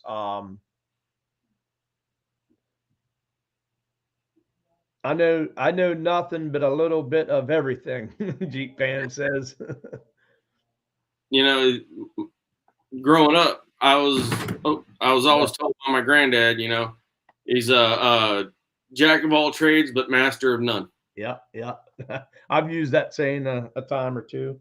Yeah, That's the kind of way I've lived my life. I'm not an expert at any one thing, but I feel I'm pretty well rounded at hunting, fishing, trapping, living, so. Yeah.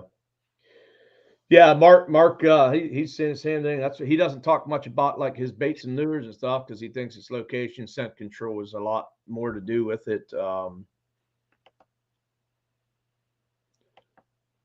And one of the things that I try to, whenever I do show me remaking or making a set, it's how the set looks and how the set reacts. Because if you put the trap too far away or too close or whatever, you've got to adjust where your sweet spot is.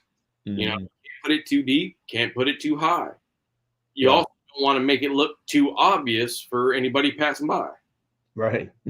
Al's Outdoors said he's off grid and can't stay. He just wanted to show up, support, say howdy, y'all. And as you know, he's out. I believe he is out camping and turkey hunting, I believe. Thanks, Al. I'm saying something about that. Wildlife Adventures or Nature's Wildlife is leaving, I think. I do want, it is 9:35. I think we got to, so I'm probably not going to have a showcase next weekend. It's Mother's Day. I may go live in the evening. It might just be just a live to just come in here and chit chat and BS. Hopefully I've got at least 2 days turkey hunting in by then. We can talk maybe turkey hunting. There he is, the wild man coming in the house. My turkey season ends next week, I think. I haven't had a chance to go hunt really. Oh, I've had a chance. I've just never done it. There you go, internet. I like that one. I do like that one. I'm an expert at living, not bragging, but I've never died once. Finish the saying, Scab. It's jack of all trades, but master of none, but oftentimes better than a master of one. Yeah. Yeah.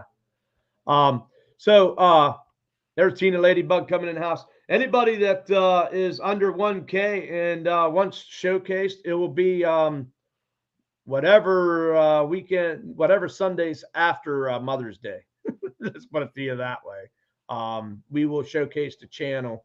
Next week, I know I'm going to be at the mother-in-law's and I'm going to be going to see my mom. And if I don't get back by 8 o'clock, I don't want to have a showcase that I'm not ready to, to take part of. So we'll just have maybe a live if I can go next Sunday.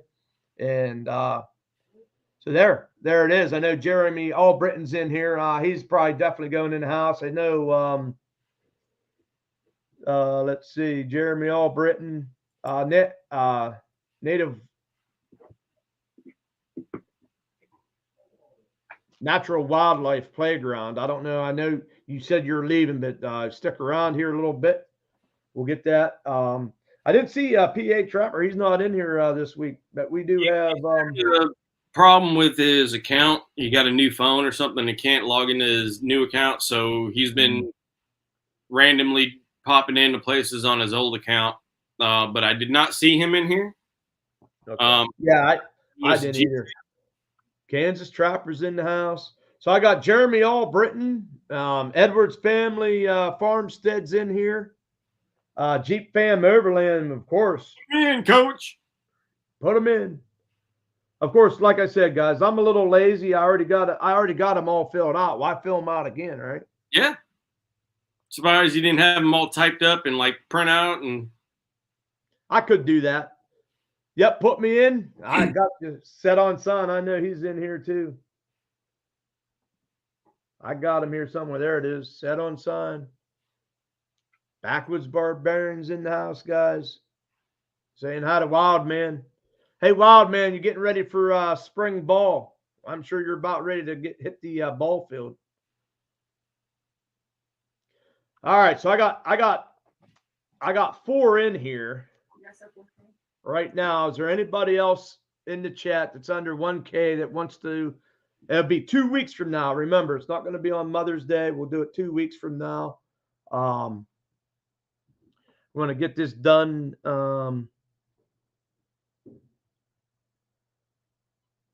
I know Steve from Wyoming was in here a little bit earlier. I probably should do it a little bit earlier on in the live, but what's nice is to try to keep some of these guys around, right? I don't think I've seen any of these other ones. City Sticker Chris, he might already be headed out. He might have. I know he gets up early in the morning. Yeah, sorry about that. My wife and daughter were playing dress up for a school dance. Yeah. There's Kansas Trapper. How you doing? Anybody under 1K that would like to be showcased? I'll give you a couple minutes here. I only got four in the hat. Yeah, I got Edwards Family and I got Set on Sign. I got both of them in here. You got Jeep Fam in there? I got Jeep Fam and I got Jeremy Albritton. Okay. Rob's Outdoors, would you like to be showcased? You're in here. I don't know. You under 1K? You're saying you had 150 some views on your short. Pretty stoked about that. That is pretty exciting. Come on, Rob. Get in there, Bubba. Good odds this week. Yeah, that's true. Yeah, right now you got a 25% chance. Well, we're 75% chance, depending on how you look at it. Well, yeah, I guess. I actually been thinking I might switch it up a little bit. Uh-oh. Although you know how old folks and new things work. It doesn't work out. Oh, this would work out. The way I would do it this way, your name would be picked. Your name would have to be picked 3 times. Okay. Process of elimination.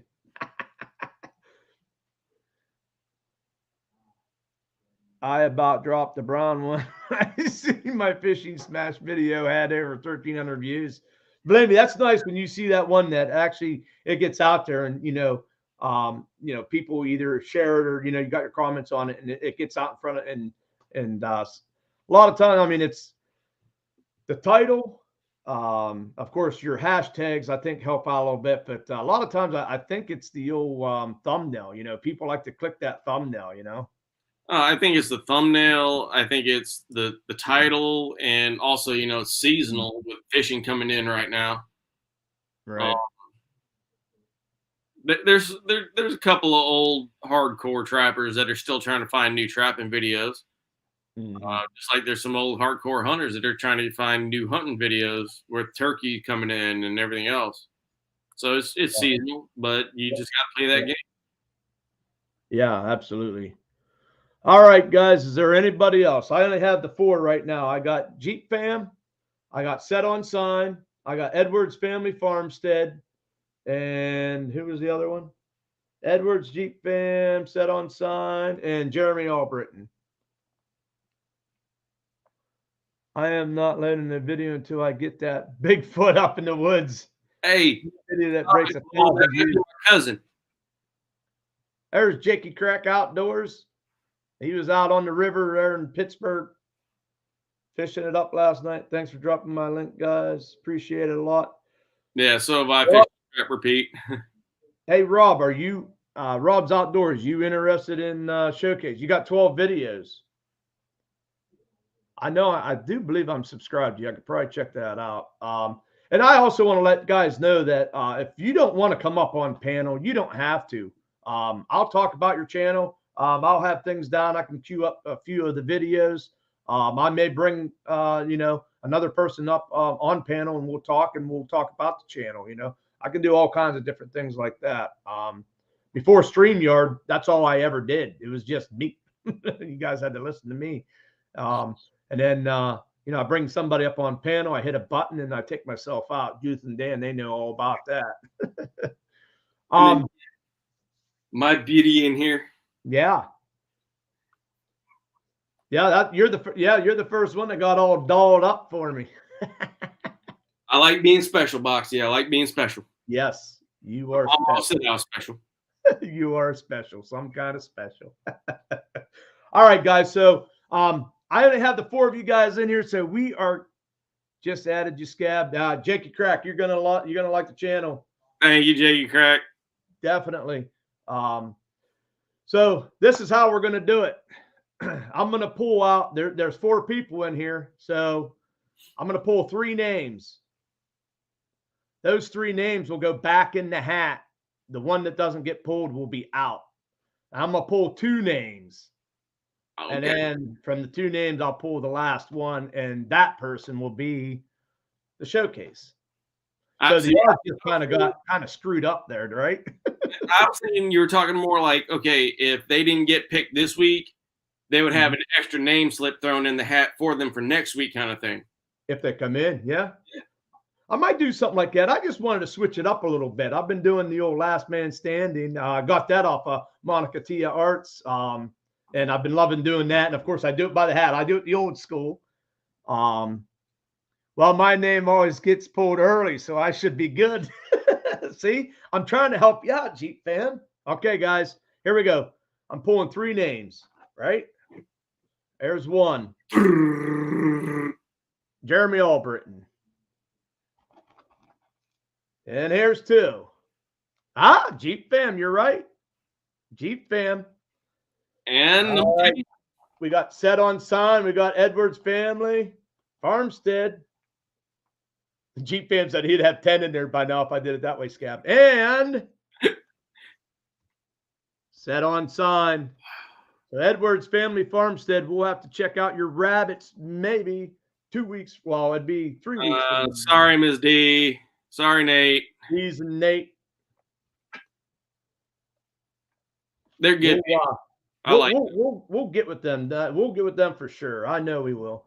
All right, guys. We're going to pick 2 names now. Jeep fam, you going to get pulled early again? Here we go. First one. Jeep fam. Jeep fam. Hold on. All right. Jeremy and Set on Sign. Here we go. Get my curlers. Use them for drumsticks. Set on Sign. Jeremy Albritton. We'll check out those crappy jigs another time. All right, Set on Sign. Jeep fam. All right, now do you like the odds? Now the odds are 50% for like sure. a bracket racing. Jeremy Albritton. He gone. All right, guys, here we go. Here we go. I got it. I got it right here. I got it right here. Oh. So he wins. Nice, Jeep fam. Freezer Bound's in the house. Set on Sign. We will get you another time. I was pulling for everybody. I don't like to take, but Set on Sign, if you remember, he actually won and then gave it to Justin and Jen. Yep. So, Jeep fan, there you go. 2 weeks. That ought to be fun. It'll be the weekend before the PA Rendezvous.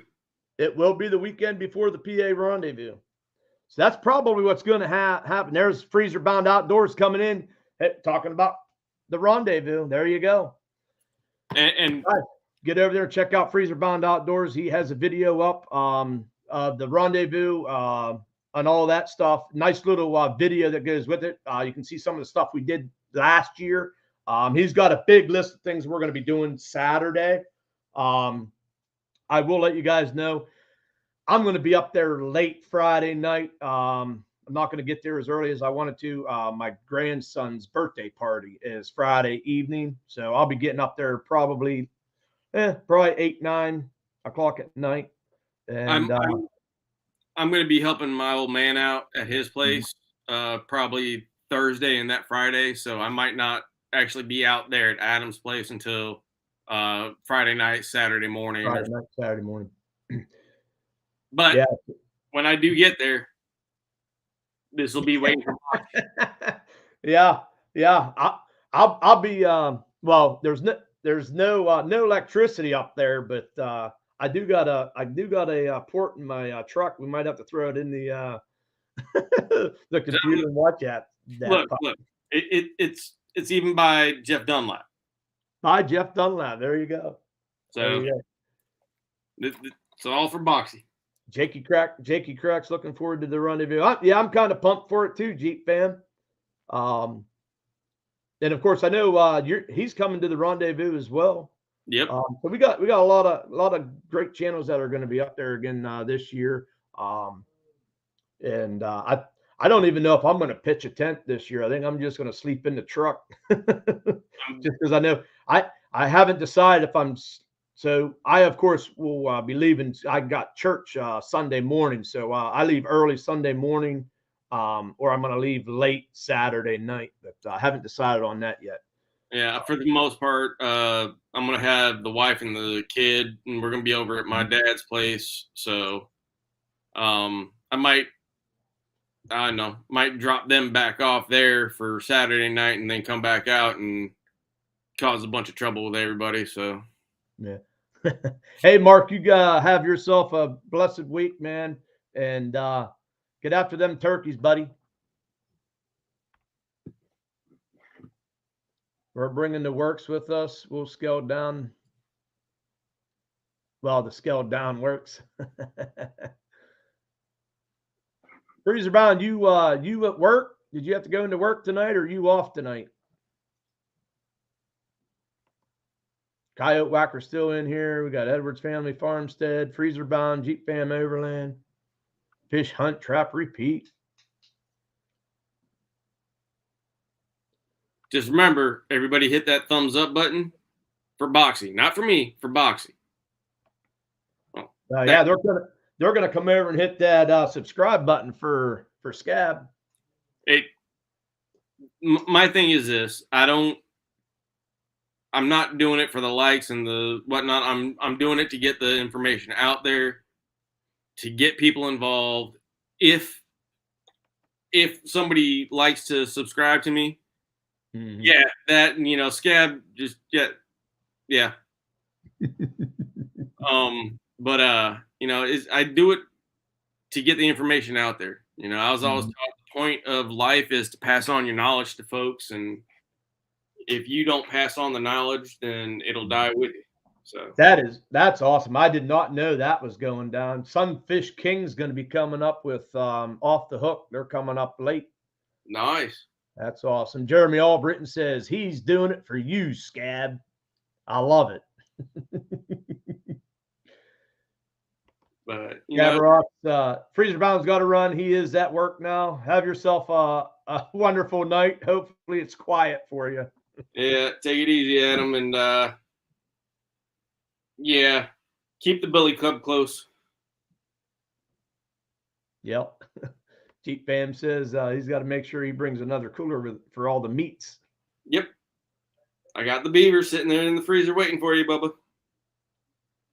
Edwards Family Farmstead, I believe that's still D's. Just got to go. Have a great night. Yeah, we're winding down. We got about 8 minutes here, but Francis Fishing Outdoors, thanks for stopping in. How are you doing? We're checking out Skab 76. We're showcasing his channel tonight. If you don't have him, get over there and check his channel out. You know, I was all prepared to talk about my hair care and my beard care, routine and everything else. Well, we saw how you take care of that. You put it in curlers. Nah. That's a once a month thing. It's just not my daily routine. Freezer Bound says Billy Club, LOL. Justin Jen still in the house. Yeah. I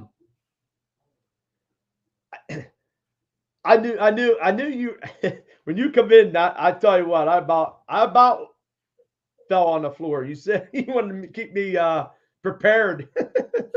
Okay, so every year here in Eastern North Carolina, there's a town that has the Pirate Festival.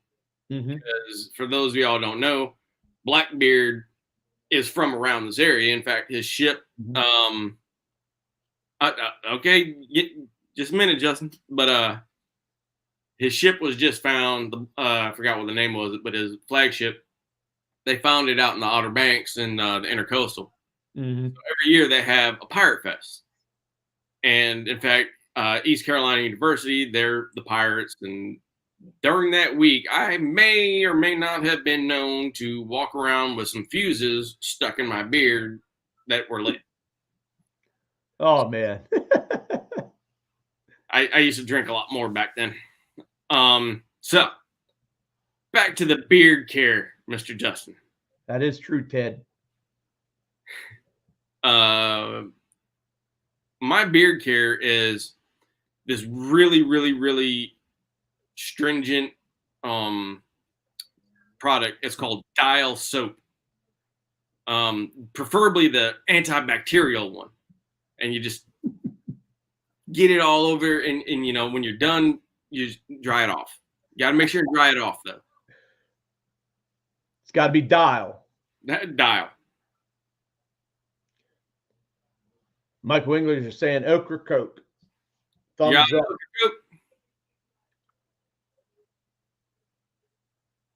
So how far are you from the Outer Banks? Like where are you at in relation to the Outer Banks?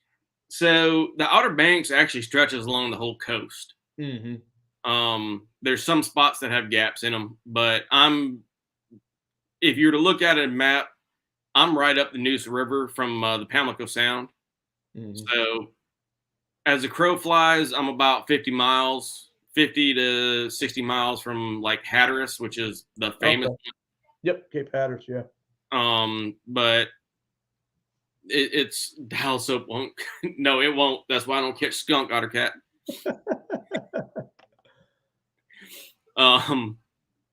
So my buddy Patrick Euchre here, he's got a big old full beard as well. He says he uses Dial too. It works. I've used Dial since I was a little kid and never died yet. So, right, Justin. But as far as Hatteras goes, I can go straight down to Beaufort area or Morehead City, and I can take the ferry over for free. But then you've got like Kitty Hawk and everything else. Yeah, when we went down there, it's been a long time ago. My kids were fairly young. We actually stayed. That's where we stayed. Was in Kitty Hawk. Yeah, that's up near the Virginia line more. Mm-hmm. But yeah, I'm literally about dead middle of the state, north and south. North and south, gotcha. So you've got the Outer Banks that everybody knows, Kitty Hawk, Hatteras, stuff like that. Then you've got the southern Outer Banks down near Wilmington, you know, like Oak Island, Cape Fear, and stuff like that. David Hamilton in the house, coming in. We're just about ready to cut this live here. It was some nice scenery down there. However, the one lady we were with had to go to every single lighthouse. I was over it after the first one, but yeah, I said, okay, next lighthouse. But what was really cool was the ferry ride over to what's the island? What's the island you take the ferry over to? Well, you can take ferries to multiple different islands. You can go from like Morehead area or Beaufort to Hatteras, and then up to Ocracoke, and there's a couple of other ferries. I think the one we went to is Ocracoke. I think we come off of that tail end down there and went over to the Ocracoke is the island, right? Yeah. Okay. Yeah, that's the one we went to. We went onto the island for the day and checked all that good fun stuff out. Yeah. In fact, Coyote said he was over in Morehead City. Mm-hmm. That's one of my favorite spots to go fishing is Fort Macon, which is right over in Morehead City over there, or Atlantic Beach, whatever you want to call it. Nice. I do not do any tuna fishing, Coyote. Just I don't have the access to deep water boats. Mm-hmm. My neighbor, who's a young guy, he bought 3-hull skiff last year, got it running. His girlfriend and whatnot didn't like it, so he then traded it here a couple weeks ago for a non-running Wellcraft V20. So he's in the process of getting that running, and then we might go near shore, definitely within the intercoastal. So probably do a little bit of small yellowfins near shore and whatnot like that. Nice. I think I want to say we did some flounder fishing down when I went down there. I did some flounder. I ended up didn't catch nothing there, but did catch a blue. I was surf fishing in the ocean there and caught a little bluefish. Come fall, you'll go out to the ocean and you'll see blue fishermen lined up on that surf, like in nasty weather, trying to get those big blues. Yeah.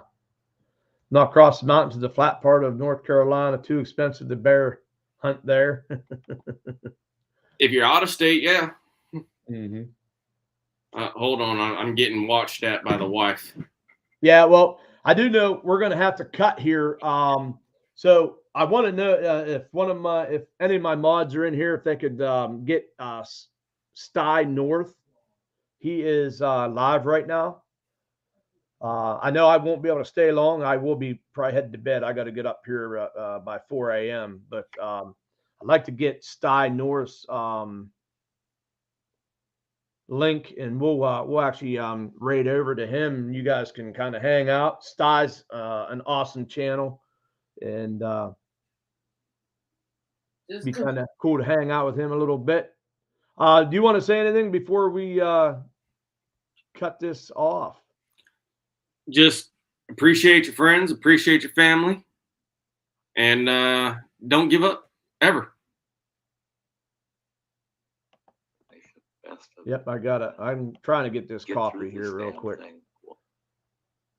Yeah, that's awesome. I want to say just real quick, I appreciate you coming up here and talking with me. I'm glad you got all dolled up for me. I can't wait to meet you up at the rendezvous. I think we're going to have some good times up there. And just careful what you wish for, Boxy. That's all.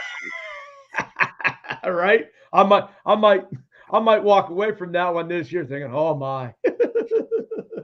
Bullock Experience, thanks for stopping in. We're just getting ready to cut this. Check out Skab 76. Check his channel out. He's got some great stuff on there. Check out his lives, and I